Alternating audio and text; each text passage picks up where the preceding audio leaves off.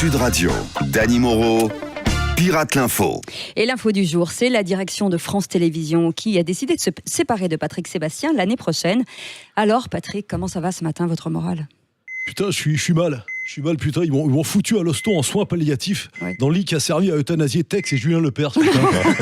non. Mais putain, t'imagines, je suis viré pour avoir ouvert ma grande gueule dans Téléstar. Mais moi, je m'en tape. Je suis comme Zola, tu vois, j'accuse. J'accuse le coup, putain, tu vois. D'ailleurs, tu sais ce que disait Émile ? À trop tirer sur l'élastique de ton slip, il finit par claquer et t'as le froc en bas des chevilles. Émile Zola a dit ça, donc. Non, Émile et Images. Ah, d'accord. Putain, Cécile, t'es super bonne en infirmière. En attendant, Patrick, ne vous fatiguez pas trop, parce que, vous savez, vous avez de la visite, à commencer par Monsieur Macron. Pardon de vous le dire, Patrick, mais sans vous, je ne serais jamais devenu président. Si j'ai réussi, c'est que j'ai pompé tous vos concepts d'émission. Pour me faire élire, j'ai joué le grand bluff. Pour constituer mon gouvernement, c'est carnaval. En revanche, pour tous les Français qui subissent mon quinquennat, c'est pas les années bonheur. Merci Manu, mais putain, je suis pas encore mort. Alors, Patrick, vous avez de la visite du boss, mais du PAF, c'est Michel Drucker. Magnifique, Patrick, il est mort en martyr de la télé. Et ça, c'est un boulot pour Dexter Drucker.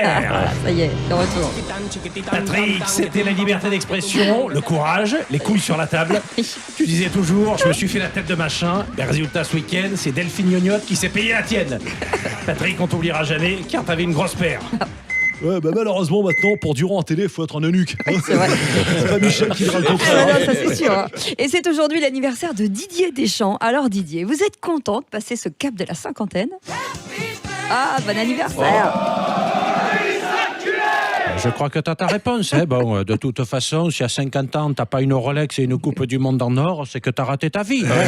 Mais alors dites-moi, qu'est-ce qui vous ferait vraiment plaisir comme cadeau d'anniversaire ? Si je parle avec mon cœur, ce serait une victoire contre l'Allemagne demain. Ça me changerait des matchs nuls. Bon, sinon, professionnellement, ce serait de mettre Édouard Philippe sur la touche pour devenir sélectionneur à Matignon. Ah bon, vous voulez devenir ministre ? Écoutez, en toute modestie, je suis le meilleur sélectionneur du monde. Alors, s'il y a quelqu'un qui peut aider Macron à former son équipe, c'est bien moi. J'ai d'ailleurs noté déjà quelques noms. Ah bon, d'accord. On est impatients. Allez-y, dites-nous. Alors, voilà, au ministère des Sports, du ballon, Mbappé. À la défense et en attaque, Mbappé. À l'agriculture, sur la pelouse, Mbappé. Au ministère des Finances et des sponsors, Mbappé. Et pour finir, aux anciens combattants et aux vétérans du foot, Mbappé. Eh ben voilà, je le savais. Alors, tiens, justement, Kylian Mbappé, ça vous fait pas beaucoup de postes pour un seul homme ? Oui, comme dit le coach, ce serait un bonheur indescriptible d'aider mon pays. Mais comme je ne fais pas ça pour l'argent, je préfère continuer à progresser en club amateur au PSG. Oh, il est mignon, Et vous, Didier Deschamps, pour en revenir bien sûr aux politiques, on parle beaucoup de Christophe Castaner pour l'intérieur. Ça vous paraît une bonne tactique ? Ça va, et s'il faut castagner, moi je choisis plutôt Cantona. Pas vrai, Eric ? Tais-toi, Didier. Macron, il s'en fout si son remaniement bat de l'aile, car il est libre, comme une mouette. Du coup, il veut prendre son temps pour bien nous chier dessus. Ouais, Didier, c'est Zizou, là. Tu penses à moi, s'il te plaît ? Je cherche un petit boulot, car là, il y a Thierry Henry qui vient de me piquer le job d'entraîneur à Monaco. Ouais, c'est pas faux. Tiens, un retardataire, Raymond Domenech. Vous venez pour l'anniversaire de Didier ? Non, moi je postule pour le ministère des Transports. Parce que j'ai une expérience de chauffeur de bus en équipe de France. Et puis en plus, moi j'ai l'habitude des lascars qui m'insultent avant de descendre du bus. C'est sûr. Il serait pas mal dans les banlieues. Ouais, il serait bien, ouais. Je cartonne, moi. Et pour conclure, Didier, en tant que sélectionneur de Matignon, vous pouvez nous dire, ce que vous pensez de l'ENA, dont les comptes seraient dans le rouge, visiblement ? Vous savez, l'ENA, c'est un peu comme Clairefontaine. C'est le centre de formation des politiques. C'est là-bas qu'ils apprennent à tacler l'adversaire et à jouer un peu hors jeu avec la planche à billets. Alors je pense qu'il serait normal que tous nos députés reversent une partie de leur pot de vin afin de financer l'École nationale d'administration. Ah, c'est pas mal, ça, c'est intelligent. Et on retrouve de nouvelles personnalités au chevet de Patrick Sébastien. François Hollande, vous aussi, vous voulez soutenir votre ami Patrick ? Mais bien sûr, je suis quand même son cousin germain de Corrèze. Ah bon ? Le seul président qui a transformé l'Élysée en plus grand cabaret du monde. Avec Macron dans le rôle du petit lanceur de couteau dans le dos.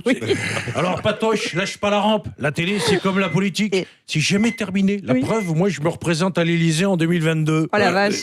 Alors, Albert Dupontel, vous avez un lien particulier, vous, avec Patrick Sébastien. C'est lui qui vous a fait faire votre première télé. C'est à moi, j'arrive tout de suite. Patrick, c'est papa, c'est mon créateur. Avec lui, j'ai commencé comme comique sur TF1 pour terminer comme réalisateur de films encensés par les Inrock et Télérama. C'est vrai. Ah, comme il les a bien niqués, les bobos intello.